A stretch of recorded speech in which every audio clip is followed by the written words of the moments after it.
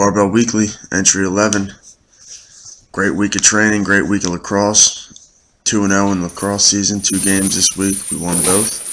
So we're moving forward with the season and flying through with training. Hit 10 sets of triples at 155 plus some chain weight. This felt good. I didn't do my normal cluster sets. My left shoulder was a little beat up, so I just wanted to kind of plug it in and get the work done. We had Tyler back for Easter break.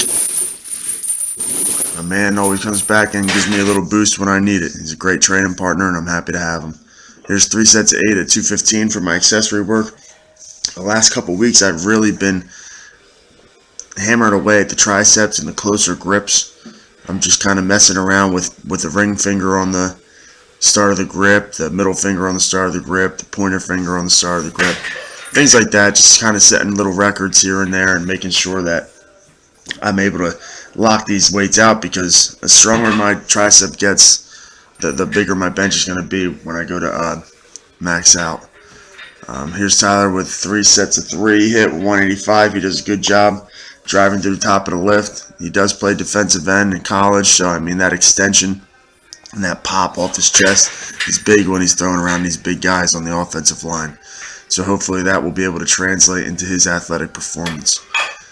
Moving into Kyle's press day. Kyle has 170 pounds for 4 reps. Always been a good presser. Drives his head nice and through. Kyle hasn't been working with a straight bar or a regular squat bar. He's been using the football bar to press and bench with, and he's also been using his safety squat bar to squat with. I think this is going to be good. It targets his weaknesses, and we're going to get some carryover out of it. Here's my second week of my dynamic effort squat. I worked at 250 for 6 sets of 4. I like the 6 sets of 4. I always go back and forth in my head. Do I want to do 5x5, 6 sets of 4, 3 sets of 8, 10 sets of 2, whatever, I don't know. I just got to go back and forth, but the 6 sets of 4 worked out. This is something I did, was new.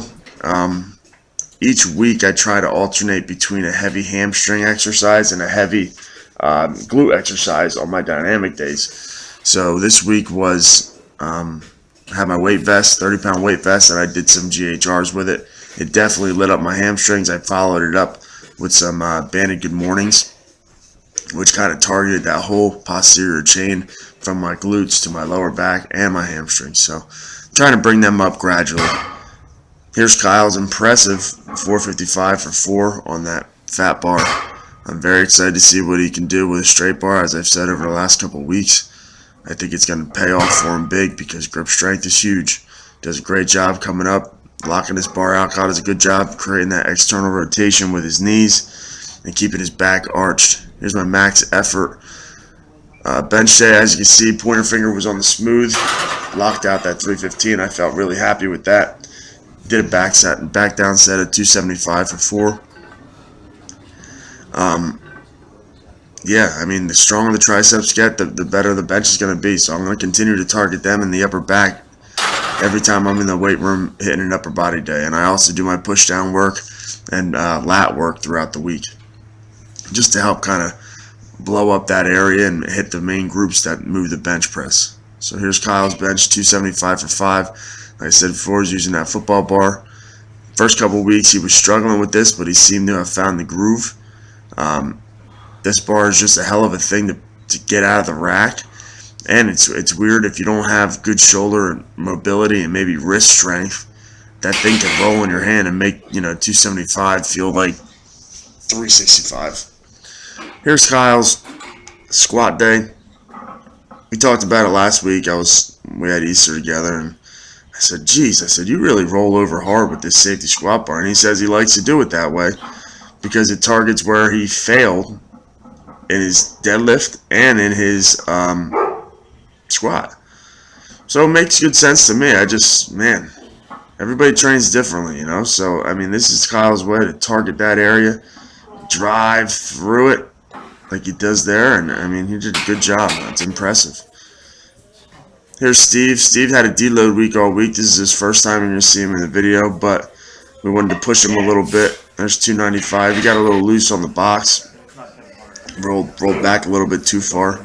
But definitely popped off the box pretty strong, and then we moved on to some reverse band work with him just to feel some heavier weight. When you're doing a box squat, you want to try to make it as realistic as possible. You don't want to do much rocking on it because you want to simulate a real squat. You want to a little bit better job there, but he does pop off the box and finish it smooth. I get into a habit too when the weights get a little heavier. I kind of just go for it. That was 385 for one. I worked up to a bit of a PR, I think, without wraps on. 425 looked worse than the next set. I kind of get stuck off the box. It's stuck right there, but I kind of fire up through.